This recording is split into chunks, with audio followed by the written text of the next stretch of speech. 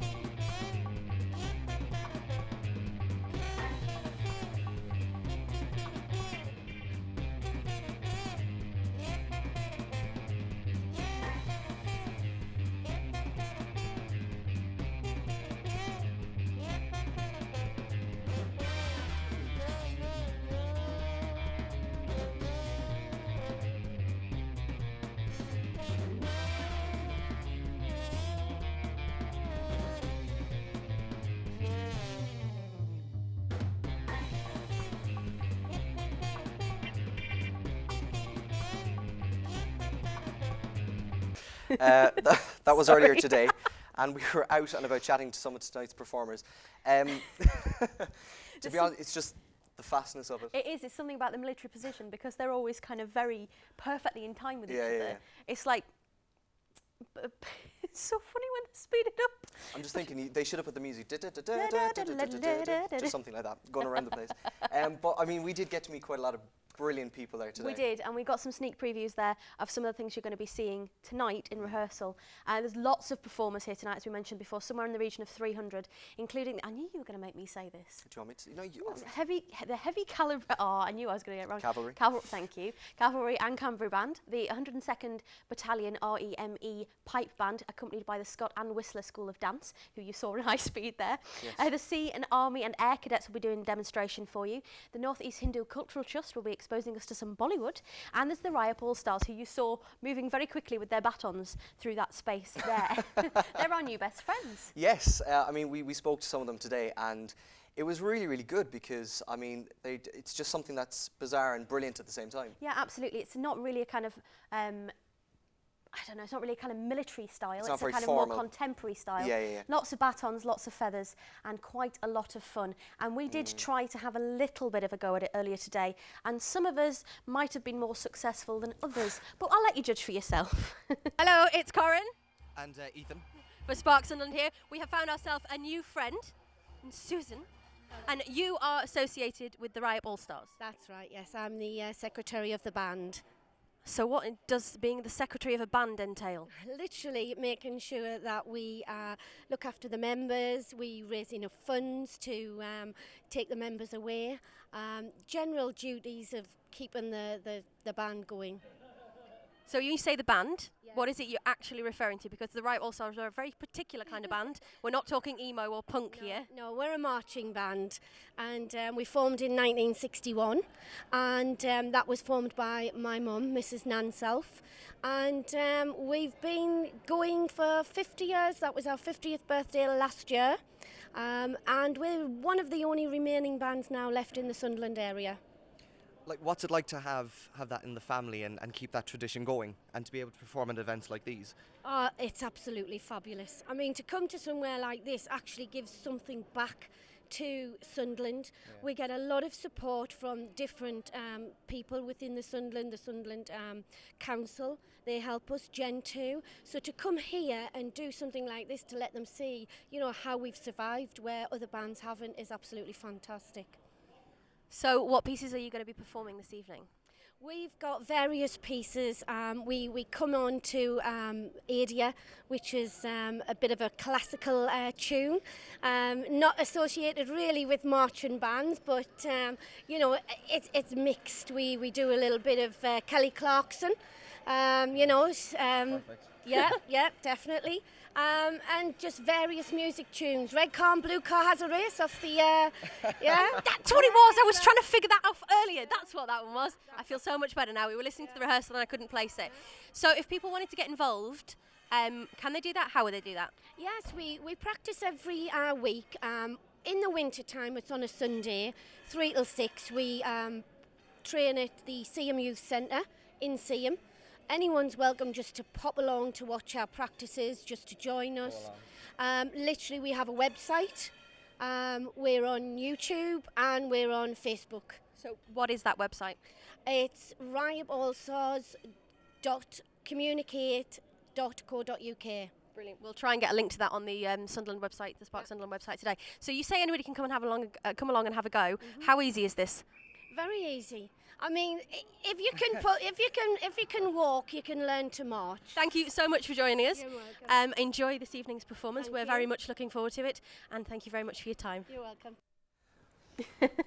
There you go. Well, I was slightly better at that than you when standing on the spot. Yes. But having to move. And then she made us move, which is absolutely ridiculous. Absolutely. Because no hand-foot coordination whatsoever. And if you can imagine that they're doing that Yeah. with a big marabou feather hat on, I saw them when they were rehearsing. It was twirling amazing. batons, Yeah. playing kazoo-style horn things, and they are so sharp and so precise. They are as tight together, the Riot All-Stars, as one of the military bands, really. Yeah. It's a beautiful thing to watch, and you'll get to see very soon. You will do as well. I mean, Susan, she was one of the nicest people I've ever met. She's just so genuine and such a lovely person to talk to. Yes, she was very friendly, and obviously, as we said there, you can go down and get involved as well, which I'm quite tempted, and I'm fairly sure I have at least one friend who can't wait to get her hands on one of those twirling batons. Definitely. And seriously, if you're in the region as well, head on down, you can join up, you can get involved. It's definitely worth it. To be honest, best thing is I won't be going with you because Yeah, absolutely. I have no Safer that coordination way. whatsoever. Sunderland is an amazing city, and I think it's very nice to think that, you know, this is the first ever tattoo to take place, and it's quite a historic event as well. But as a city itself, it just has so much heritage. you Yeah, know? absolutely. We just started off as a small city looking over the sea. Oh, that sounds a little bit like a local music track we play on the FM there. It does. With the glass making, starting here by the end of the 17th century. 19th century Sunderland, famous as the largest shipbuilding city in the world. and then they And then it closed. declined. But I love the glass making. I've done it before. I mean, Yes. if you've ever done it, it's absolutely amazing. You get to. It was my mum's Christmas present, the bauble. It's great. You Yeah, see she now loved it. I've done some glass blowing as well. I think it was Yeah. one of the most terrifying things, apart from possibly something we did earlier today, Yeah. that I've ever had to do, in that the 600-degree molten glass, and the only thing between that and your flesh is a wodge of newspaper, which Yeah. is wet, obviously, but it doesn't help much. It's still No. quite terrifying. But a great event if you want to do some cheap eyebrow, you know. And a real skill, get and close. something, it's a real skill, and it's something that Sunderland is now famous for, and rightfully so. Yes, definitely. It's really, really good. And we are going to move outside in a bit as well, you know, to look back on some, I mean, with the military and various other things that are important to the Northeast, because obviously the pageant is going to incorporate a lot of that with the shipbuilding, etc. Absolutely. I don't think there'll be glass blowing on the move, though. No. Tonight we've got some very special guests in attendance here, some of which include the Mayor of the City of Sunderland, Councillor Ian Kay. We also have the Sheriff of Newcastle upon Tyne, that's Councillor Margaret Wood. Sheriff! The Yep. Mayor of Gateshead Council, Malcolm Brain. Brain? Brian. Yes, Brain. I don't Brain. know. The Mayor of South Tyneside, Councillor Ellen Leask. And the Chairman of North Townside Councillor Frank Lott. Now outside, obviously, and the tattoo is just getting underway. Yeah. The special guests of honour to fill the VIP area have just been piped through, and this evening's tattoo will start with this particular group here. You made me say it last time, you can do it this time. This one, which is the Heavy Cavalry and Cambry Band, and it's led by Captain Sean Riley. Playing the fanfare from Vivata, I knew I was going to get that. Vivata Regina, which literally translates means Long Live the Queen. This is a band from Catterick, and they're one of 22 military bands in the Corps of Army Music. And they formed on the 1st of June 2006. You have to see this. We are live in Sunderland. It's right behind us. Take a look. Complex of buildings, including a new students' union and hall of residence nearby. Sunderland Polytechnic was established in 1969, and in 1992 the Polytechnic gained university status. The new university was recognised by the Guardian newspaper as England's best new university in 2001, and 2005 was named by the Times Higher Education Supplement as the top university in England for providing the best experience for its students. Lord Putnam, after whom one of the buildings overlooking this area's name, became the university's first chancellor in 1998, and he was succeeded by the former Olympic athlete Steve Brown. In September 2002, this campus was renamed the Sir Tom Cowie campus at St Peter's after the local businessman who was one of the university's primary supporters. And now, ladies and gentlemen, I'm particularly pleased to be able to welcome this evening some special guests, and in particular, I'm very pleased to welcome the members of the Brothers in Arms group, which was launched by 5 families which experienced the pain of loved ones being killed while they were serving their country. Their vision was to build a permanent memorial to commemorate their bravery where they could be remembered, and their fundraising drive touched the hearts of Wearsiders who clamoured to raise an initial target of £90,000 to build a memorial wall, a target that was smashed, with donors raising a staggering £120,000. This touching tribute is made up of about 20 granite plinths that bear the names of 18 service personnel who have been killed on active service or in training accidents since 1946. The aim is also for the wall to provide an educational focus with a brief history of the 22 conflicts which have taken place since 1945, a period. I'd also like to give a warm welcome to Colonel Fina and Lieutenant Stefano Piazza. Colonel Fina is the commander of the Sovereign Military Order of Malta medical unit, with which Tour One Field Hospital, which has just returned from Afghanistan, and whose members, led by their commanding officer Colonel Sharon McDowell, were presented with their Afghan medals by the Countess of Wessex this morning. And we're also honoured to have with us this evening the Mayor of the City of Sunderland, Councillor Ian Kay, the Sheriff of Newcastle upon Tyne, Councillor Margaret Wood, the Mayor of Gateshead, Councillor Malcolm Brain, the Mayor of South Tyneside, Heidi Leask, and the Chairman of North Tyneside Council, Councillor Frank Lott.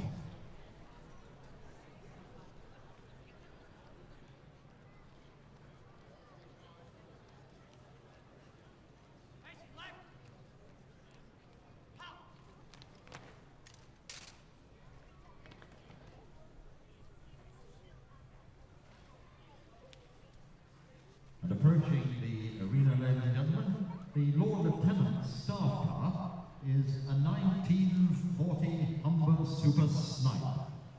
This vehicle was built under military contract and was the choice of diplomats and senior military officers of the day. Driven tonight by Denny Thompson, and although most of the drivers were female, it wasn't at all an easy car to drive with big tyres and no power steering. This model was in use until the 1960s. After that, most of them ended up as taxis.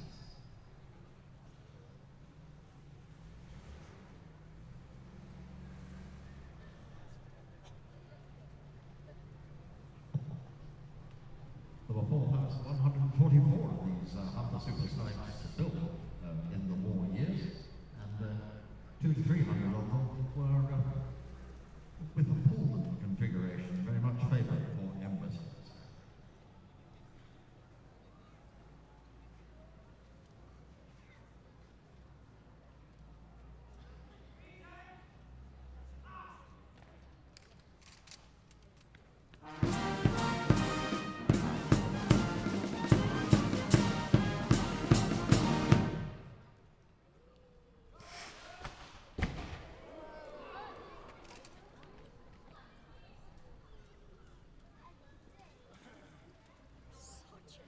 And we're very pleased indeed to welcome our distinguished salute taker, Lord Lieutenant Tyne Weir, Mr. Nigel Sherlock, OBEJP. Mr. Sherlock had a distinguished career as a stockbroker and chief executive of the asset managers Wise Speed, now as Bruin-Dolphin.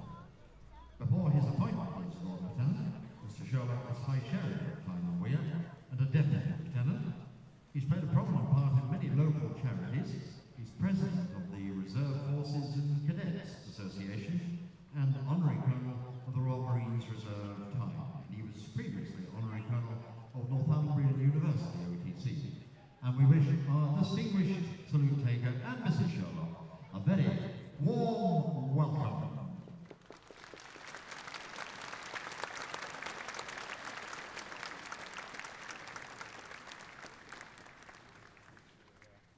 Ladies and gentlemen, welcome to the 2012 Tyne and Weir Diamond Jubilee Tattoo.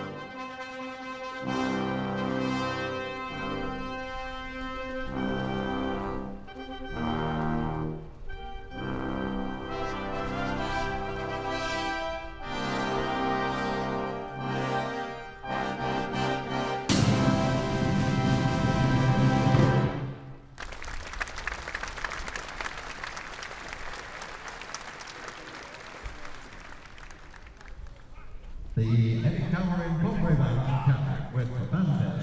My band, Red Hand.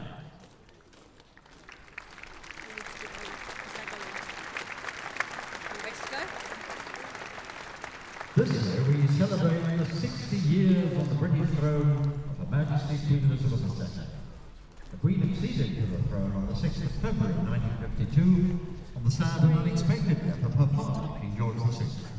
obviously quite important that the military are taking part in this evening, and they've been here all day with us preparing and rehearsing for tonight's Tyne and Weir Diamond Jubilee tattoo.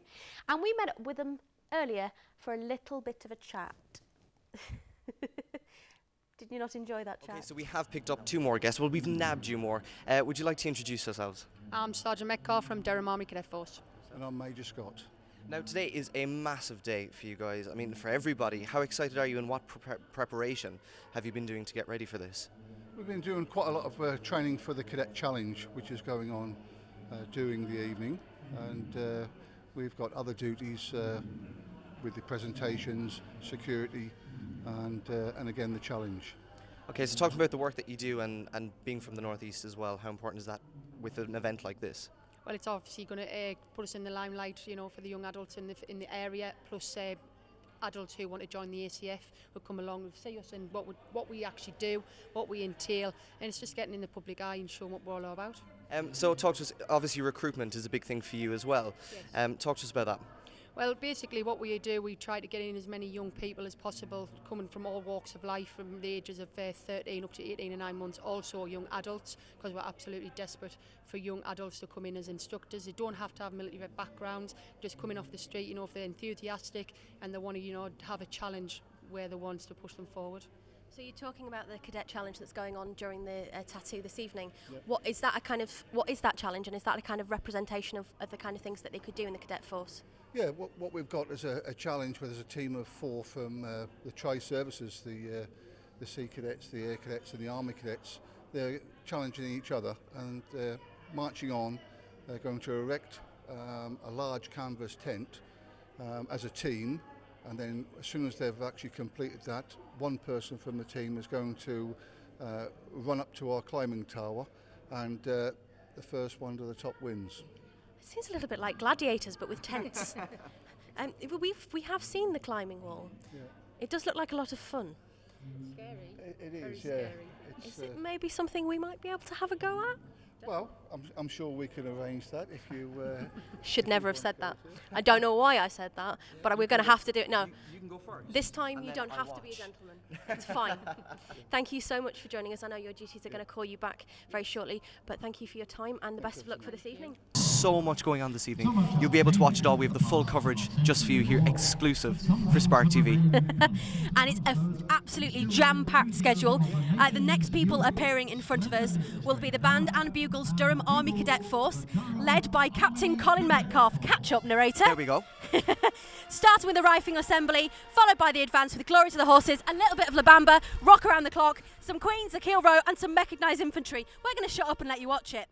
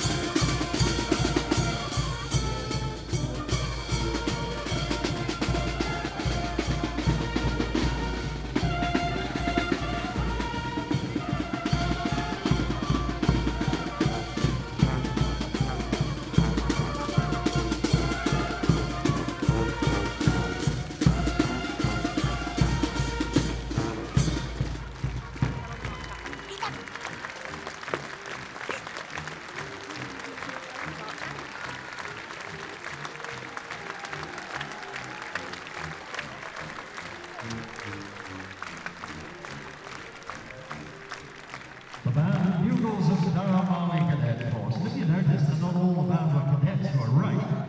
There were adult instructors, and the oldest member on parade was 84-year-old Colour Sergeant George. Earlier on today, we were out and about talking with some very important people and getting to know what they've been doing to prepare for tonight's event. Yeah. You didn't alter that, did you? No. And instead of actually focusing on the seriousness of today's event, we decided to do something a little bit different. Well, we say decided, we suggested Yeah, it, that we somebody would do it. suggested it, and then when we were talking to the two scary people that you met before, my mouth went before my brain and went, ooh, can we have a go on that? Yes. So obviously within all the preparations, it was natural that we took a bit of a break. Yeah, break. From the hard work that we were doing. And relax as well, so yeah. Relax, 31 feet in the air. And let's see who screamed first, because I don't think it was me. So cue my idea of a well-earned break.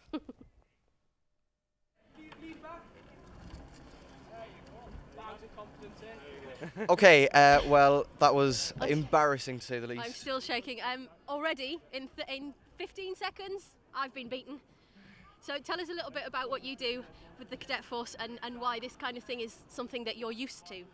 Well, we pretty much specialise in numerous activities, mostly activities to do with army base, field craft, skillet arms and stuff like that. But we're coming to the adventure training side and we do some rock climbing, They've got to the top already. That was about 20 seconds. How did I do? Be honest. Be brutal. He's going to slate me. You've done all right for about second timer. Just on the down come, you like a wussy, yeah. I've never climbed before. I need to man up. I didn't want to let go because obviously no one's like holding you on a rope, and I just didn't want to let go. So, how fast can you do it? Well, quite fast, yeah. faster than we Yeah, did. much 10 times faster. 10 times faster. And you didn't even finish it. Oh, come on. No, I didn't. I've never climbed before. Yeah, So that's I- why you want the baby one. She's on the baby one. So I did all right on the baby one, and he needs to man up on. At least I would just at least I just jumped down, in a slightly shaky, terrified cat in a tree style. So tell us, how long have you been involved? Well, I've just recently joined back as an adult instructor. I was a cadet for 6.5 years, and I've been an instructor for just under half a year now. Reached the rank of a sergeant, and I'm hopefully going to do some courses. I'll be an instructor till I join the regular forces. Why did you begin? Why did I begin? Something to do. There was nothing around the streets where I live, and thought I wanted to do something with my life. What do you think it provides for young people? I mean, as a getaway as well, Well, because, you know, it's needed, I guess. It gives you a baseline respect, and it opens your eyes to what's available in the world. So yeah, I knew nothing about organisations till I joined the cadet force, and when I joined the cadet force, I've learned an awful lot. I've done everything with the cadet force, and there's kids on the streets who wouldn't do that in the whole entire life. Thank you very much. Cheers for that. And I'm still it was shaking. embarrassing. I'm going to go and sit down and eat something now because I'm not feeling good. So we're moving on now. And yes, the 102 Battalion REME Pipe Band are just flocking in right now, and it's led by Sergeant Gary Dodd. there are pipes and drums band joined by the Highland dancers in the form of Scott and Whistler Schools of Highland Dance based in this area here. They've got a very interesting and contemporary programme put together, including the Barren Rocks of Aden, the Skyboat Song, Scotland the Brave and Mahara's Wedding. Also the Barracks Johnny with the dancers, so a bit of a treat for you as well. You also have Corrie Colley's Welcome to the Northern Meeting and Dawning of the Day, nice Irish slow air as well. And the dancers are returning with Argyll With the Broadswords. Argyle Broadswords, there you rather. go. And they'll march away to Cock of the North, Bonnie Dundee and the Steamboat. You can hear them coming. I want to watch them. Let's get out of the way. It's happening right behind us.